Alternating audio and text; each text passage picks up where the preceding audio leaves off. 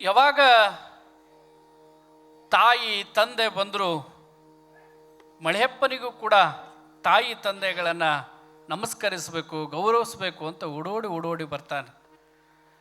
ಇನ್ನೇನು ತಾಯಿ ಹತ್ರ ಬರಬೇಕು, ತಂದೆ ಹತ್ರ ಬರಬೇಕು ಅಂತಕ್ಕಂಥ ಸಂದರ್ಭದಲ್ಲಿ ಅವನ ಮನಸ್ಸು ಹೇಳ್ತದೆ, ಮಳೆಯಪ್ಪನ ಮನಸ್ಸು ಹೇಳ್ತದೆ, ತಾನು ಯೋಗಿ ಆಗಬೇಕು, ಯೋಗಿಗಳ ಥರ ಆಗಬೇಕು, ತಪಸ್ವಿ ಆಗಬೇಕು ಅಂತಕ್ಕಂಥ ಏನು ಮನಸ್ಸಿನ ತುಡಿತ ಇತ್ತಲ್ಲ, ಆ ಮನಸ್ಸು ಹೇಳ್ತದೆ, ಎಚ್ಚರವಾಗಿರೋ,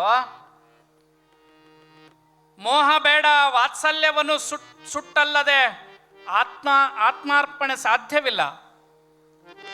ವಾತ್ಸಲ್ಯವನ್ನು ಸುಟ್ಟಲ್ಲದೆ ಆತ್ಮಾರ್ಪಣೆ ಸಾಧ್ಯವಿಲ್ಲ. ಏನು ಆಜ್ಞೆ ಆದಂಗಾಯ್ತು, ಮನಸ್ಸಿನ ಆಜ್ಞೆ ಆದಂಗಾಯ್ತು. ಹಾಗಾದ್ರೆ ಆತ್ಮಾರ್ಪಣೆ ಮಾಡ್ಕೋಬೇಕಾಗಿತ್ತು ಅಂತಂದ್ರೆ, ಆಗ್ಬೇಕಾಗಿತ್ತು ಅಂದ್ರೆ ಇದು ಯಾರ ಜೊತೆ ಅಂದ್ರೆ ತನ್ನ ಮನಸ್ಸಿನ ಜೊತೆಗೆ ಮಾತುಕತೆ. ಇದು ಮಳೆಯಪ್ಪನ ತನ್ನ ಮನಸ್ಸಿನ ಜೊತೆಗೆ ಮಾತುಕತೆ. ತಂದೆ ತಾಯಿಗಳನ್ನ ವಾತ್ಸಲ್ಯದಿಂದ, ಬಂಧುಗಳನ್ನ ವಾತ್ಸಲ್ಯದಿಂದ ನೋಡೋದು ತಪ್ಪೆ. ಮನಸ್ಸಿನೊಂದಿಗೆ ಮಾತುಕತೆ. ಹಂಗಾದ್ರೆ ತಪ್ಪೇನೋ? ಮನಸ್ಸು ಹೇಳ್ತದೆ ತಂದೆ ತಾಯಿಗಳನ್ನ ವಾತ್ಸಲ್ಯದಿಂದ ನೋಡ್ಕೊಳ್ಳೋದು ತಪ್ಪಲ್ಲ, ಆದ್ರೆ ನಿನ್ನ ತಂದೆ ತಾಯಿಗಳಿಂದ ನೋಡ್ಕೊಳ್ತಕ್ಕಂಥದ್ದು ಅದು ನಿನ್ನ ಜೊತೆಯಲ್ಲಿ ಬಂದಿರತಕ್ಕಂಥ ಕಾರಣದಿಂದ ಅದು ಒಂದಕ್ಕೆ ಮಾತ್ರ ಮೀಸಲಾಗ್ತಕ್ಕಂಥದ್ದು. ಯೋಗಿಗಳಿಗೆ, ತಪಸ್ವಿಗಳಿಗೆ, ಸ್ವಾಮಿಗಳಿಗೆ, ಪೂರ್ವಾಶ್ರಮದ ತಂದೆ ತಾಯಿಗಳಿಗೆ ಮಾತ್ರ ಮೀಸಲಾಗಬಾರ್ದಪ್ಪ. ತಂದೆ ತಾಯಿಗಳು, ನಿಜವಾದ ತಂದೆ ತಾಯಿಗಳು ಶಿವನೇ ನಿನಗೆ ತಂದೆ, ಪಾರ್ವತಿಯೇ ನಿನಗೆ ತಾಯಿ. ನಿನ್ನ ಬಂಧುಗಳು ಮಾತ್ರ ನಿನ್ನ ಬಂಧುಗಳಲ್ಲ. ನೀನು ಸ್ವಾಮಿ ಆಗ್ಬೇಕಾಗಿರ್ತಕ್ಕಂಥದ್ದು, ತಪಸ್ವಿ ಆಗ್ಬೇಕಾಗಿರ್ತಕ್ಕಂಥದ್ದು, ಯೋಗಿ ಆಗ್ಬೇಕಾಗಿರ್ತಕ್ಕಂಥ ಮಳೆಯಪ್ಪ ನೀನು. ನಿನ್ನ ತಂದೆ ತಾಯಿಗಳು ಮಾತ್ರ ನಿನಗೆ ತಂದೆ ತಾಯಿಗಳಲ್ಲ. ನಿನಗೆ ತಂದೆ ತಾಯಿಗಳು ಯಾರು ಅಂತಂದ್ರೆ ಶಿವನೇ ತಂದೆ ತಾಯಿ, ಪಾರ್ವತಿಯೇ ನಿನಗೆ ತಾಯಿ, ಶಿವನೇ ನಿನಗೆ ತಂದೆ. ಇವರು ನಿಜವಾದ ತಂದೆ ತಾಯಿಗಳಲ್ಲ ನಿನಗೆ ಅಂತಕ್ಕಂಥ ಬೋಧನೆಯನ್ನ ಮಾಡ್ತದೆ. ಮನಸ್ಸು ತನ್ನಷ್ಟಕ್ಕೆ ತಾನು ಬೋಧನೆಯನ್ನು ಮಾಡ್ತದೆ. ಹಾಗಾದ್ರೆ ಈ ಸಂಸಾರವನ್ನ ಇದು ತಪ್ಪಾಗುತ್ತಾ? ತಪ್ಪಾಗಂಗಿಲ್ಲ. ಸಂಸಾರ ತಪ್ಪಾಗಂಗಿಲ್ಲ. ತಂದೆ ತಾಯಿಗಳನ್ನು ಗೌರವಿಸಿದ ತಪ್ಪಲ್ಲ. ನಿನ್ನ ಸಂಸಾರ ಯಾವುದು ಅಂತಂದ್ರೆ ಭೂಲೋಕದಲ್ಲಿರ್ತಕ್ಕಂಥ ಎಲ್ಲರೂ ಕೂಡ ಹೆಣ್ಣು ಮಕ್ಕಳು, ತಾಯಂದಿರು ನಿನಗೆ ತಾಯಿನೇ. ಎಲ್ಲ ಶರಣರು ನಿನಗೆ ತಂದೆಗಳೇ ಅಂತಂದ್ರೆ ಆ ಎಲ್ಲ ಸಂಸಾರ. ಒಬ್ಬರಿಗೆ ನಿಮ್ಮ ಸಂಸಾರಕ್ಕೆ ನೀವು ಮಾತ್ರ ಮೀಸಲಾದ್ರೆ ಸ್ವಾಮಿಗಳಿಗೆ, ಯೋಗಿಗೆ ಎಲ್ಲರೂ ಕೂಡ ಸಂಸಾರಿಗಳೇ. ಅವರ ತಂದೆ ತಾಯಿಗಳು, ಅವರ ಬಂಧುಗಳು ಎಲ್ಲರೂ ಕೂಡ ಅವರು ಆಗ್ತಾರೆ. ನೀನು ಅದಕ್ಕೆ ಮಾತ್ರ ಮೀಸಲಾಗಬೇಡ, ಅಷ್ಟಕ್ಕೆ ಮಾತ್ರ ನೀನು ಮೀಸಲಾಗಬೇಡ ಅಂತಕ್ಕಂಥ ಉಪದೇಶ ಅವನ ಮನಸ್ಸು ಮಾಡ್ತದೆ, ಮಳೆಯಪ್ಪನ ಮನಸ್ಸು ಮಾಡ್ತದೆ. ತಂದೆ ತಾಯಿಗಳಿಗೆ ಗೌರವಿಸು, ಅವರನ್ನು ಗೌರವಿಸು ಮಾತ್ರ. ಆದರೆ ಮೋಹ ಮತ್ತು ವ್ಯಾಮೋಹವನ್ನ ಇಟ್ಕೊಳಕ್ ಹೋಗ್ಬೇಡ ಅಂತಕ್ಕಂಥ ಮನಸ್ಸು ಹೇಳ್ತದೆ. ತಾಯಿ ಕಾಯ್ತಿರ್ತಾಳೆ, ಹೋಗಿ ನಮಸ್ಕಾರ ಮಾಡ್ತಾನೆ. ಯೋಗಿ ಆಗ್ಬೇಕಂದವನು ಹೋಗಿ ಅಪ್ಕೊಳ್ಳಿಲ್ಲ, ತಾಯಿನ ಅಪ್ಕೊಳ್ಳಿಲ್ಲ. ತಾಯಿನೂ ಕೂಡ, ಅವಳೂ ಕೂಡ ಬಹಳ ದೊಡ್ಡವಳು ಗೌರಮ್ಮ. ಆ ಮಗುವಿನಲ್ಲಿರ್ತಕ್ಕಂಥ ಮನಸ್ಸನ್ನು ಅರ್ಥ ಮಾಡ್ಕೊಂಡಿರ್ತಕ್ಕಂಥ ತಾಯಿ, ಮಳೆಯಪ್ಪ ಬರ್ತಾನಂದ್ರೆ ತನ್ನಷ್ಟಕ್ಕೆ ತಾನು ತನ್ನ ಕರಳನ್ನು ಗಟ್ಟಿಯಾಗಿ ಹಿಡ್ಕೊಂಡು ನಿಂದಿರ್ತಾಳೆ. ಗಟ್ಟಿಯಾಗಿ ಅವ ಏನು ಮಾಡ್ತಾನೆ ನೋಡೋಣ. ಗೊತ್ತಿತ್ತು ಅವಳಿಗೆ ಅವನು ಇದನ್ನೇ ಮಾಡ್ತಾನೆ ಅಂತ. ತಾನು ಬೆಳೆಸಿರೋದ ಕೂಸಲ್ವಾ, ತಾನು ಕಲಿಸಿರ್ತಕ್ಕಂಥ ಮಗು ಅಲ್ವಾ ಅದು, ತಾನು ಕೊಟ್ಟಿರ್ತಕ್ಕಂಥ ಸಂಸ್ಕಾರದ ಕುಡಿ ಅಲ್ವಾ ಅದು. ಗೊತ್ತಿತ್ತು ಅವಳಿಗೂ, ಗೌರಮ್ಮನಿಗೆ. ಬರ್ತಾನೆ, ತಂದೆ ತಾಯಿಗಳಿಗೆ ನಮಸ್ಕಾರ ಮಾಡ್ತಾನೆ. ಪಾರ್ವತಿ ಮತ್ತು ಮಾಡಬೇಕಾದಾಗ ಆ ಮನಸ್ಸಿನಿಂದನೇ ಮಾಡ್ತಾನೆ. ನೀನೇ ನನ್ನ ಶಿವ. ಅಪ್ಪನಿಗೆ, ವೀರಯ್ಯನವರಿಗೆ ನೀನೇ ಶಿವ, ತಾಯಿ ಗೌರಮ್ಮನವರಿಗೆ ನೀನೇ ಪಾರ್ವತಿಯವ, ನಾನು ನಿನ್ನ ಮಗ, ನಮಸ್ಕಾರ ಮಾಡ್ತೀನಿ ಅಂತಕ್ಕಂಥದ್ದನ್ನು ಪಾದಕ್ಕೆ ನಮಸ್ಕಾರ ಮಾಡ್ತಾನೆ. ವಿದ್ಯೆಯನ್ನು ಕಲಿಸಿರ್ತಕ್ಕಂಥ ಗುರುಗಳಾಗಿರ್ತಕ್ಕಂಥ ಬಸವಲಿಂಗ ಸ್ವಾಮಿಗಳವರಿಗೆ ನಮಸ್ಕಾರ ಮಾಡ್ತಾರೆ. ತಾಯಿ ಬರ್ತೀಯೇನಪ್ಪ ಅಂತ ಕೇಳ್ತಾಳೆ. ಬಾರೋ ಹೋಗೋಣ ಬಾರೋ ಅಂದ್ರೆ, ಮಾ ಒಂದಿಷ್ಟು ದಿನಗಳ ಕಾಲ ನಾನಿಲ್ಲಿ ಇರ್ತೀನಿ, ಯೋಗವನ್ನು ಸಾಧಿಸ್ಬೇಕು, ಹಠಯೋಗವನ್ನು ಸಾಧಿಸ್ಬೇಕು ಅಂತ ಮನಸ್ಸು ಮಾಡಿದ್ದೀನಿ. ನನಗೊಂದಿಷ್ಟು ದಿವಸಗಳ ಕಾಲ ಬಿಡು.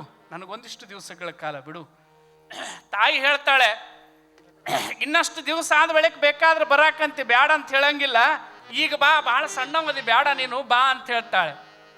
ಇಲ್ಲ, ನಾನು ಬಂದುಬಿಟ್ಟಿದ್ದೀನಿ, ಒಂದು ಸಾರಿ ಈ ಕಡೆ ನನ್ನನ್ನು ಕರ್ಕೊಂಡು ಬಂದುಬಿಟ್ಟಿದೆ ಆ ಮನಸ್ಸು, ನಾನು ಇಲ್ಲೇ ಇರ್ತೀನಿ, ನನಗಿದನ್ನು ಆಶೀರ್ವಾದ ಮಾಡು, ನೀನು ಇದನ್ನು ಮತ್ತೆ ಪದೇ ಪದೇ ಪದೇ ಆ ಮಾತು ಮಾತಾಡಬೇಡ ಅಂತಕ್ಕಂಥ ಮಾತನ್ನು ಹೇಳ್ತಾಳೆ. ಅವಳಿಗೂ ಕೂಡ ತ್ರಾಸಾಗತ್ತೆ. ತಾಯಿಯ ಕರುಳು ಎಷ್ಟೇ ಆಗಲಿ ತ್ರಾಸಾಗತ್ತೆ. ಶಂಕರಾಚಾರ್ಯರ ಚರಿತ್ರೆಯಲ್ಲಿ ಬರ್ತದೆ. ನಾನು ಮೊನ್ನೆ ಹೇಳಿದ ಹಾಗೆ ಅದ್ವೈತ ಸಂಪ್ರದಾಯವನ್ನು ಪರಿಪಾಲನೆ ಮಾಡಿರ್ತಕ್ಕಂಥವ್ರು, ಅವರಿಗೆ 8-10 ವರ್ಷ ಇರ್ತಕ್ಕಂಥ ಸಂದರ್ಭ, ಒಂದಿಷ್ಟು ವರ್ಷಗಳು ಇರ್ತಕ್ಕಂಥ ಸಂದರ್ಭ, ತಾಯಿ ಬಹಳ ಸಂಸ್ಕಾರದಿಂದ ಬೆಳೆಸಿರ್ತಾಳೆ ಶಂಕರಾಚಾರ್ಯರನ್ನ ಬಹಳ ಪ್ರೀತಿಯಿಂದ ಬೆಳೆಸಿರ್ತಾಳೆ. ಅವನಿಗೆ 8 ವರ್ಷ ಆಗುತ್ತೆ. ಒಂದು ಸಂದರ್ಭ ಬರ್ತದೆ, ಅದೆಲ್ಲವೂ ಕೂಡ ಕತೆ ಬಾಳ. ಒಂದು ಸಂದರ್ಭ ಬರ್ತದೆ, ಅಲ್ಲಿಗೆ ಒಂದು 3-4 ಜನ ತಪಸ್ವಿಗಳು ಬರ್ತಾರೆ. ಇವರು ಇರ್ತಕ್ಕಂಥ ಊರಿಗೆ 3-4 ಜನ ತಪಸ್ವಿಗಳು ಬರ್ತಾರೆ. ತಪಸ್ವಿಗಳು ಬಂದ ಸಂದರ್ಭದಲ್ಲಿ ಎಲ್ಲರೂ ಕೂಡ ಹೋಗಿ ಬಿಟ್ಟುವ ಹಾಗೆ ಶಂಕರಾಚಾರ್ಯರ ತಾಯಿನೂ ಕೂಡ ಆರಾಂಬೆ ಹೋಗಿ ಭೇಟಿ ಆಗ್ತಾಳೆ. ಶಂಕರರ ಮೊದಲಿಗೆ ಭೇಟಿಯಾಗಿ ಮಾತುಕತೆಗಳನ್ನು ಮಾಡ್ತಾರೆ. ಶಂಕರರು ಆ ತುಡಿತ ಹೇಗಿತ್ತು ಅಂತಂದ್ರೆ, ಶಂಕರಾಚಾರ್ಯ ತುಡಿತ ಹೇಗಿತ್ತು, ನಾನು ಇನ್ನೂ ಏನೋ ಕಲಿಬೇಕು, ಇನ್ನೂ ಏನೋ ಮಾಡಬೇಕು, ಜ್ಞಾನ ನನಗೆ ಬೇಕು, ಜ್ಞಾನಾರ್ಜನೆ ನನಗೆ ಬೇಕು ಅಂತಕ್ಕಂಥ ಹಂಬಲ ಶಂಕರಾಚಾರ್ಯರಿಗೆ. ಅಗಸ್ತ್ಯ ಮಹರ್ಷಿಗಳು ಬಹಳ ದೊಡ್ಡ ತಪಸ್ವಿಗಳು. ಯಪ್ಪ, ನಿನಗೆ ಕಲಿಸ್ತಕ್ಕಂಥ ಋಷಿಗಳು ಇನ್ಯಾರೂ ಇಲ್ಲ, ಅಷ್ಟು ನಿನಗೆ ಆಲ್ರೆಡಿ ಜ್ಞಾನ ಸಿಕ್ಕಿಬಿಟ್ಟಿದೆ, ನೀನು ಜ್ಞಾನವಂತನಾಗಿರ್ತಕ್ಕಂಥವನು, ನಿನಗೆಲ್ಲವೂ ಜ್ಞಾನ ಇದೆ, ಕಲಿಬೇಕಂತಕ್ಕಂಥ ಹಂಬಲ ಇದೆ. ಅಗಸ್ತ್ಯ ಮಹರ್ಷಿಗಳ ಹತ್ರ ಬೇಡ್ಕೊಳ್ತಾನೆ, ಏನಾದರೂ ಕೂಡ ಮಾಡಿ ನನಗೆ ಉಪದೇಶ ಮಾಡಿ, ನೀವೇ ಉಪದೇಶ ಮಾಡಿ ಅಂತ ಕೇಳ್ತಾನೆ. ನನಗಾಗಂಗಿಲ್ಲ, ನಿನಗೆ ಉಪದೇಶ ಮಾಡಲಿಕ್ಕೆ ಈ ಜಗತ್ತಿನಲ್ಲಿ ಯಾರಾದರೂ ಇದ್ದರೆ, ಭಾರತದಲ್ಲಿ ಯಾರು ಇದ್ದರೆ ಒಬ್ಬರೇ ಇದ್ದಾರಪ್ಪ. ಅವರು ನರ್ಮದಾ ನದಿಯ ದಡದಲ್ಲಿ ಇರ್ತಕ್ಕಂಥ ಓಂಕಾರೇಶ್ವರ ದೇವಸ್ಥಾನದ ಬಳಿ ಒಂದು ಗುಹೆ ಇದೆ, ಆ ಗುಹೆಯಲ್ಲಿ ಒಬ್ಬರಿದ್ದಾರೆ, ಅವ್ರು ಬಿಟ್ಟರೆ ನಿನಗೆ ಯಾರೂ ಕೂಡ ಉಪದೇಶ ಮಾಡಲಿಕ್ಕೆ ಸಾಧ್ಯತೆ ಇಲ್ಲ. ಅವ್ರ ಹೆಸರು ಏನು ಅಂತಂದರೆ ಗೋವಿಂದ ಭಗವತ್ಪಾದರು ಅಂತಕ್ಕಂಥವ್ರು. ಅವ್ರ ಹತ್ರ ನೀವು ಹೋಗು, ನಿನಗೆ ಉಪದೇಶ ಸಿಗುತ್ತೆ ಅಂದರು. ಆಯಿತು, ಹಂಗಾದ್ರೆ ನಾನು ನರ್ಮದಾ ನದಿ ಹತ್ರ ಇರ್ತಕ್ಕಂಥ ಓಂಕಾರೇಶ್ವರ ದೇವಸ್ಥಾನ ಇರ್ತಕ್ಕಂಥ ಗೋವಿಂದ ಭಗವತ್ಪಾದರ ಹತ್ರ ನಾನು ಹೋಗ್ತೀನಿ ಅಂತ ಹೋಗ್ತಕ್ಕಂಥ ಸಂದರ್ಭ, ಹೊರಗೆ ಬರ್ತಕ್ಕಂಥ ಸಂದರ್ಭ ತಾಯಿ ಬರ್ತಾಳೆ. ತಾಯಿ ಬಂದು ಅಗಸ್ತ್ಯ ಮಹರ್ಷಿಗಳಿಗೆ ಭಿನ್ನವಿಸ್ಕೊಳ್ತಾರೆ. ಶಂಕರನಿಗೆ ಎಲ್ಲವೂ ಕೂಡ ಹೇಳಿದ್ನಮ್ಮ, ಅವನಿಗೆ ಯಾರು ಹೇಳೋಕೆ ಸಾಧ್ಯನೇ ಇಲ್ಲ, ಇನ್ನೂ ಹಂಬಲ ಇದೆ, ಜ್ಞಾನಾರ್ಜನೆಯನ್ನು ಮಾಡಬೇಕು ಅಂತಕ್ಕಂಥ ಹಂಬಲ ಇದೆ, ಸಾಧಿಸ್ತಾನೆ.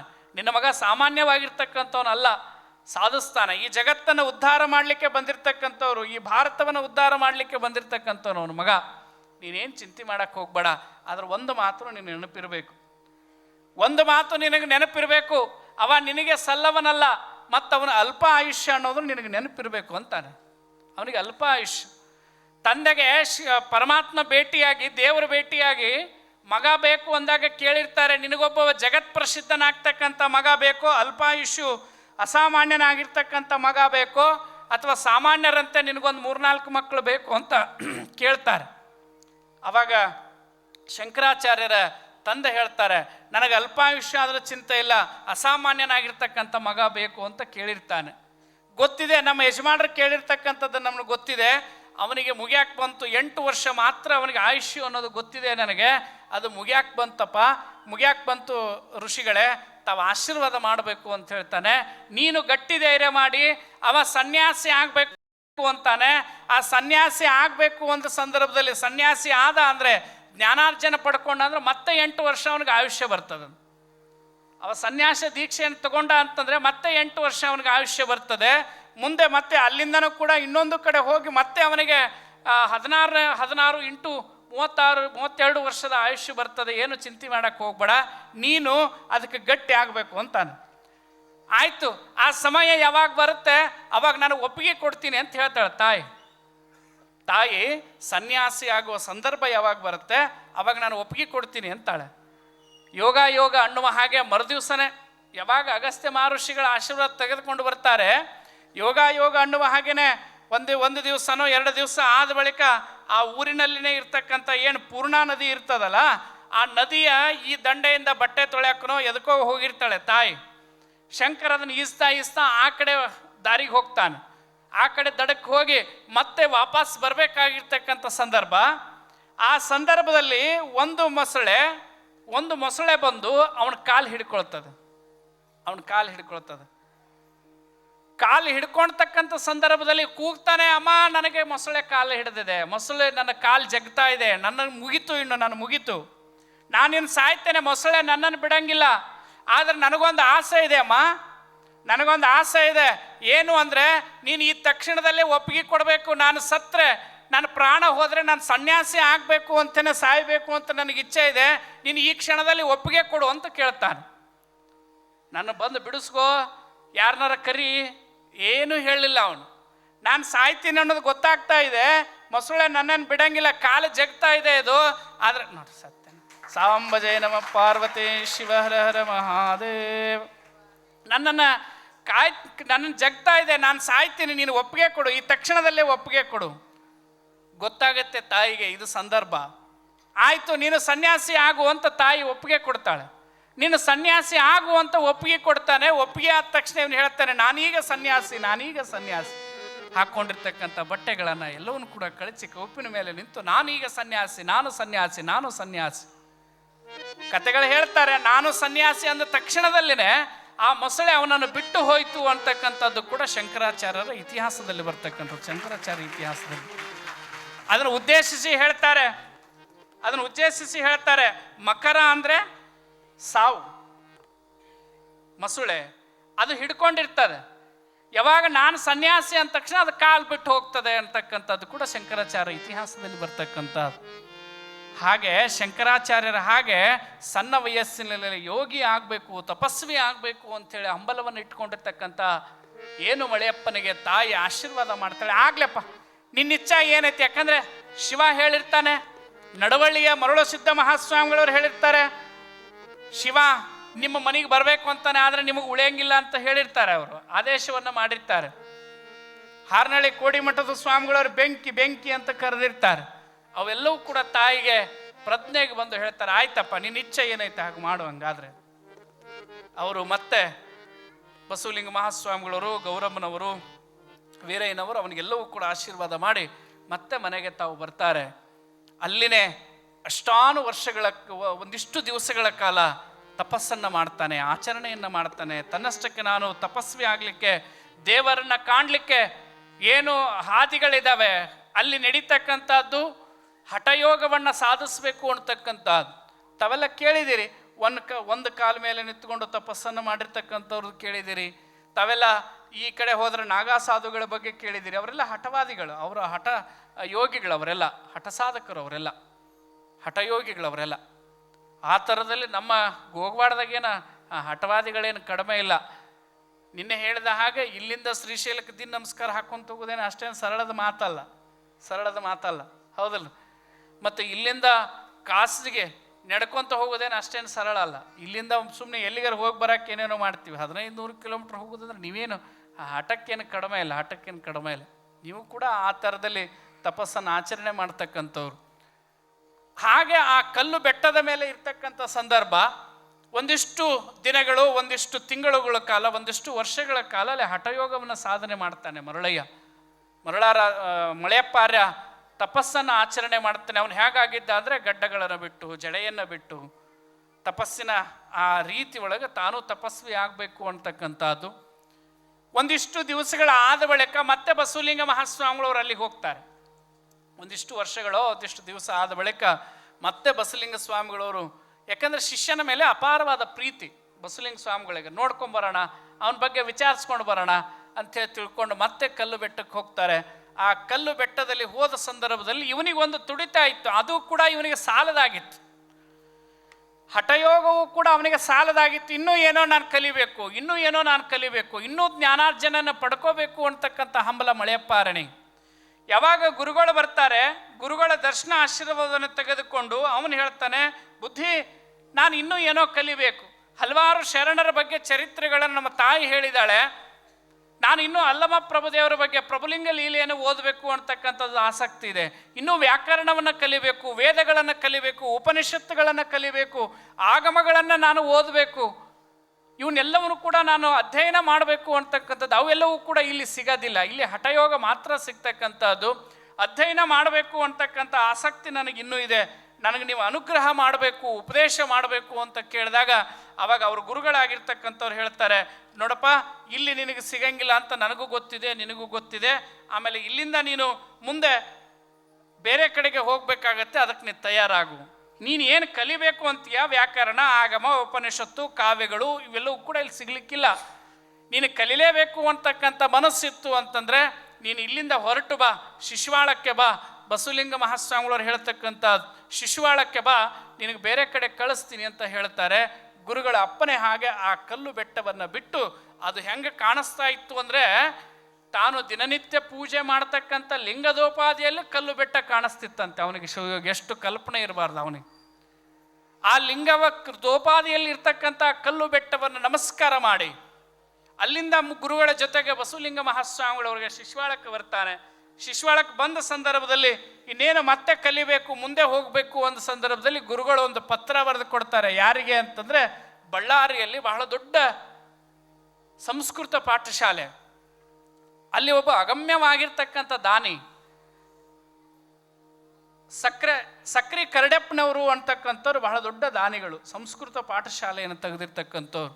ಅಲ್ಲಿಗೆ ನೀನು ಹೋಗಪ್ಪ, ಅಲ್ಲಿ ಹೋದಿ ಅಂದರೆ ನಿನಗೆ ಇವೆಲ್ಲವೂ ಕೂಡ ನೀನೇನು ಜ್ಞಾನಾರ್ಜನೆ ಮಾಡಬೇಕು ಅಂತ ಅಂದ್ಕೊಂಡಿದೆಯಲ್ಲ ಇವೆಲ್ಲವೂ ಕೂಡ ಸಿಗ್ತಾರೆ. ಅವರು ಉಚಿತವಾಗಿ ಒಂದು ಪ್ರಸಾದ ನಿಲಯವನ್ನು ತಯಾರು ಮಾಡಿದ್ದಾರೆ. ಎಲ್ಲ ಕಡೆಯಿಂದನೂ ಕೂಡ ಕಾಸಿಯಿಂದ ಎಲ್ಲ ಕಡೆಯಿಂದನೂ ಕೂಡ ಪಂಡಿತರನ್ನು ಕರೆಸಿ ಅಲ್ಲಿ ಇರ್ತಕ್ಕಂಥ ವಿದ್ಯಾರ್ಥಿಗಳಿಗೆ ಉಚಿತವಾಗಿ ಕಲಿಸ್ತಾರೆ. ಅವರು ಬಹಳ ದೊಡ್ಡ ದಾನಿಗಳಿದ್ದಾರೆ. ಅವರು ನಿಮಗೆ ಉಪದೇಶ ಮಾಡ್ತಾರೆ, ನಿಮಗೆಲ್ಲವೂ ಕೂಡ ಅನುಗ್ರಹಿಸ್ತಾರೆ ಅಂಥೇಳಿ ತಿಳ್ಕೊಂಡು ಉಪದೇಶ ಮಾಡಿ ಅವರು ಗುರುಗಳು ಪತ್ರವನ್ನು ಕೊಡ್ತಾರೆ. ಅಲ್ಲಿಂದ ಅವರಿಗೆ ನಮಸ್ಕಾರ ಮಾಡಿ ವಂದನೆಯನ್ನು ಮಾಡಿ ಅಲ್ಲಿಂದ ಅವನು ಶಿಶುವಾಳ ಗ್ರಾಮವನ್ನು ಬಿಟ್ಟು ಬಳ್ಳಾರಿ ಕಡೆಗೆ ಪ್ರಯಾಣ ಮಾಡ್ತಾನೆ.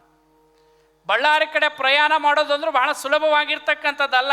ಈಗಿನಂಗೆ ಇನೋವಾ ಗಾಡಿ, ಆ ಗಾಡಿ ಈ ಗಾಡಿ ಇರಲಿಲ್ಲ. ಅವಾಗ ನಡ್ಕೊತನೇ ಹೋಗ್ಬೇಕು. ಅವನಿಗೆ ಕಲಿತಕ್ಕಂಥ ಹಂಬಲ ಎಷ್ಟಿತ್ತು ಅಂತಂದರೆ, ಕಾಲಲ್ಲಿ ಪಾದರಾಕ್ಷೆಗಳನ್ನು ಹಾಕ್ಕೊಳ್ಬೇಕು ಅನ್ನೋದು ಕೂಡ ಅರಿವಿರಲಿಲ್ಲ ಅವನಿಗೆ. ಸುಡೋ ಬಿಸಿಲಿನ ನಾಡು ಅದು ಬಳ್ಳಾರಿ, ಸುಡೋ ಬಿಸಿಲಿನ ನಾಡು. ತಮಗೆಲ್ಲ ಗೊತ್ತಿರಬೇಕು, ಹುಟ್ಟೂರಾಗಿರ್ತಕ್ಕಂಥದ್ದು ಶಿಶುವಾಳ, ಅಂದರೆ ಹಾಸನ ಜಿಲ್ಲೆಯಲ್ಲಿ ಬರ್ತಕ್ಕಂಥದ್ದು. ಅಲ್ಲಿಂದ ಚಿತ್ರದುರ್ಗ ಮಾರ್ಗವಾಗಿ ಬಳ್ಳಾರಿಗೆ ಬರಬೇಕು. ಅವರು ಚಿತ್ರದುರ್ಗ ಮಾರ್ಗವಾಗಿ ಬಳ್ಳಾರಿಗೆ ಬರಬೇಕು.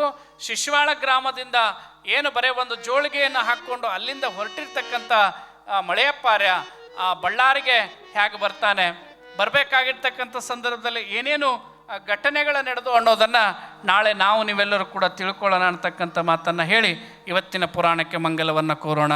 ಜಯ ಮಂಗಲಂ, ಜಯ ನಮಃ ಪಾರ್ವತೇ ಶಿವ, ಹರ ಹರ ಮಹಾದೇವ.